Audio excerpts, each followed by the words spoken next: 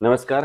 आपलं स्वागत आहे. आयकॉन स्टील प्रस्तुत बिल्ड आयकॉन या उपक्रमामध्ये. आज आम्ही आलो इस्लामपूर सांगली इथं आणि माझ्यासोबत आहेत यंग इंजिनियर प्रतीकराज कदम, जे मागच्या काही वर्षांपासून या फील्डमध्ये रेसिडेन्शियल प्रोजेक्ट्समध्ये जास्तरित्या काम करतायत.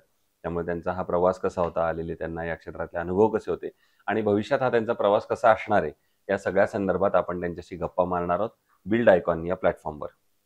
आता आपण गप्पांना इथून सुरुवात करूया. ते म्हणजे तुमचा शैक्षणिक प्रवास कसा होता? म्हणजे तुमची शाळा कुठली होती? मग कॉलेज कुठलं होतं?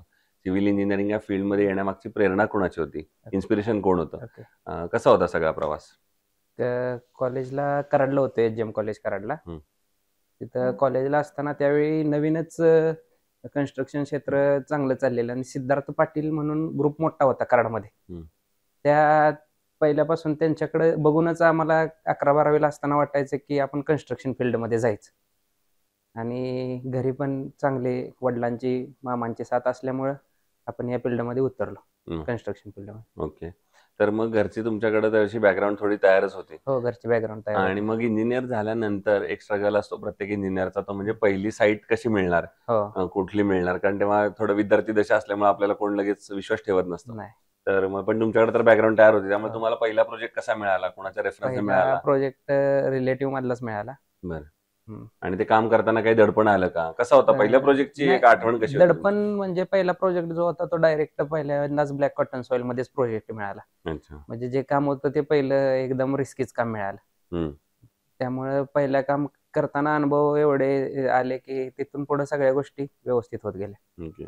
पण तेव्हा काय आव्हान आली ब्लॅक कॉटन सॉइल मध्ये काम हो, करताना? खड्डा काढला की खड्डा पूर्ण ढासळत होता. त्यामुळे टोटल सगळं काढून घ्यावं लागलं पहिल्यांदा आपल्याला सगळं. ओके, हं. ओके. आणि मग कामाला सुरुवात केली. कामाला सुरुवात केली. दुसरं, या भागामध्ये आपण काम करताना तुम्हाला जाणवलं असेल, की या भागामध्ये अकुशल कामगार किंवा हं, अनस्किल्ड लेबरचं हं. पर्सेंटेज बरंच जास्त आहे. अकुशल कामगार म्हणजे ज्यांना त्या साईटवरचं फारसं येत नाहीत फारसं किंवा आपण एखादा टेक्निकल हां, काहीतरी सांगितलं काम सांगितलं. करायला, हां. तर त्यांना येत नाही आणि अशा लोकांना जर काम दिलं, तर त्याच्यातनं एखादी मोठी दुर्घटना सुद्धा घडू शकते. एखादं काहीतरी चूक घडू शकते. तर अशा लोकांबरोबर तुम्ही कसं साईटवर काम करता किंवा ती परिस्थिती कशी हाताळता?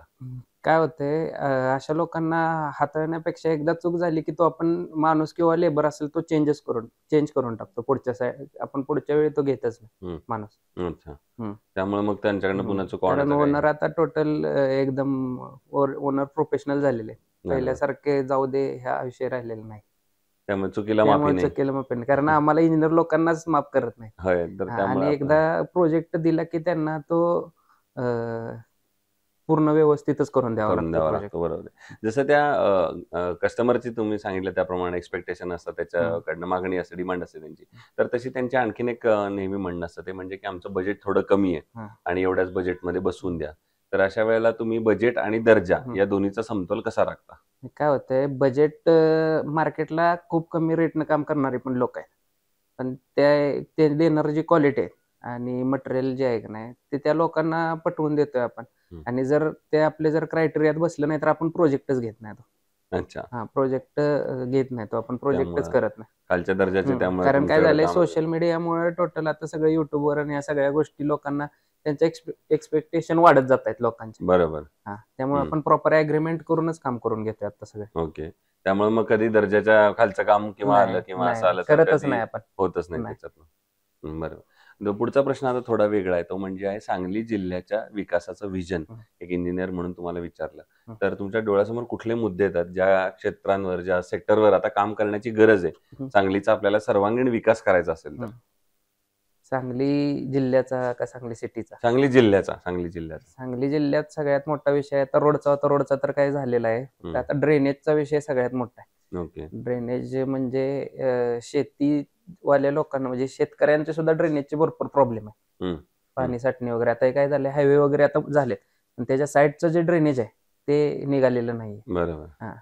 त्यामुळे शेतात पाणी साठणं वगैरे त्या गोष्टी अजूनही घडतायत. मग अजून जर घडतात. ड्रेनेजचा मुद्दा महत्त्वाचा असेल, हं. तर मग सरकारनं काय पावलं उचलली पाहिजे? शासनानं काय अजून नवीन प्रकल्प आणले पाहिजेत, ज्याच्याकरून हे सगळी सुधारणा होईल? सच्छिद्रचे वगैरे झाले पाहिजेत. म्हणजे शेतकऱ्यांसाठी सच्छिद्र वगैरे ते हं. अनुदान वगैरे देऊन करून घेतले पाहिजेत जिथं शेतकऱ्यांना प्रॉब्लेम आहेत तिथं. बरोबर आहे.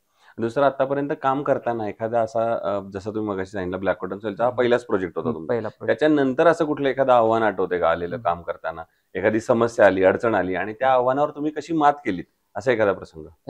आव्हान म्हणजे किर्लोस्करवाडीमध्ये काम करताना टोटल चालू स्लॅबमध्येच स्लॅब डॅमेज झाला. खालचं त्याचं हे सगळं प्लेट वगैरे निघून पडलेले. ओके. त्यावेळी ते मोठं आव्हान होतं. पण मग तुम्ही काय त्याच्यानंतर काळजी घेतलीत? काय त्याच्यातनं सुधारणा केली? सुधारणा म्हणजे त्याच्यानंतर तुम्ही जे मगाशी स्किल्ड लेबर सांगितले, रेट मध्ये आपण कधीच हे केलं नाही, पण देताना कामच चांगल्या माणसांना द्यायला लागलं, स्किल्ड लेबर. दुसरं, कन्स्ट्रक्शन मध्ये जेव्हा स्टील निवडायची वेळ येते तेव्हा तुम्ही काय त्याचे गुणवैशिष्ट्य बघता आणि मग ठरवता की हे स्टील चांगलं आहे, हे वापरलं पाहिजे? त्याची आपण बेंडिंग कॅपॅसिटी असेल, परत रस्टिंगचं प्रमाण बघतोय आपण त्याचं. ह्या दोन गोष्टी बघतोय. आयकॉन स्टील तुम्ही यापूर्वी कधी वापरलाय का कुठल्या प्रोजेक्ट मध्ये? आयकॉन गेले 4 वर्ष झालं टोटल आयकॉनच आपण वापरतोय. Very good. पहिल्या बॉम्बे उद्योग समूहात ज्यावेळी आयकॉन स्टील आलं त्यावेळेपासून मी आयकॉन स्टील वापरतो. एक दुसरं कुठलंही स्टील वापरलेलं नाही आजपर्यंत. बरोबर. पण मग तुमचा अनुभव आयकॉन स्टीलच्या प्रॉडक्ट आणि सर्व्हिसचा कसा आहे? आयकॉन स्टीलच्या प्रोडक्ट आपल्याला पहिल्यापासून आवडलंय. त्याच्यात आपल्याला आजपर्यंत काही तक्रार, आपण 8 mm 6 mm छोट्या छोट्या गोष्टी ज्या असतात म्हणजे त्या सुद्धा आपण आयकॉन ब्रँडचाच वापरतोय. आणि जे तुमचं ब्रँडिंगला जे टॅगिंग येते त्यामुळे इम्प्रेशन असेल किंवा आम्हाला लोकांना कन्व्हिन्स करणाऱ्या गोष्टी आहेत त्याच्यात आपल्याला भरपूर मदत होती. आणि जे नाव तुम्ही जे दिले ब्रँडला आयकॉन म्हणजे एकदम असं लोकांवर इम्प्रेशन होते, त्यामुळे आम्हाला जास्त काही हे करावं लागत नाही. बरोबर. आणि आता अगदी शेवटचा प्रश्न म्हणजे या क्षेत्रामध्ये जे तुमच्यासारखेच इंजिनियर येतात, तुमचे ज्युनियर्स येत आहेत, तुमची पुढची बॅच येते, त्यांना तुम्ही काय सल्ला द्याल एक सिनियर म्हणून?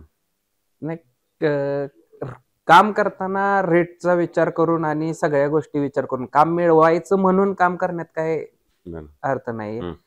काम करताना प्रॉपर कामच झालं पाहिजे, त्यामुळं रेट पाडून वगैरे काम करणं झालं नाही पाहिजे. बरोबर.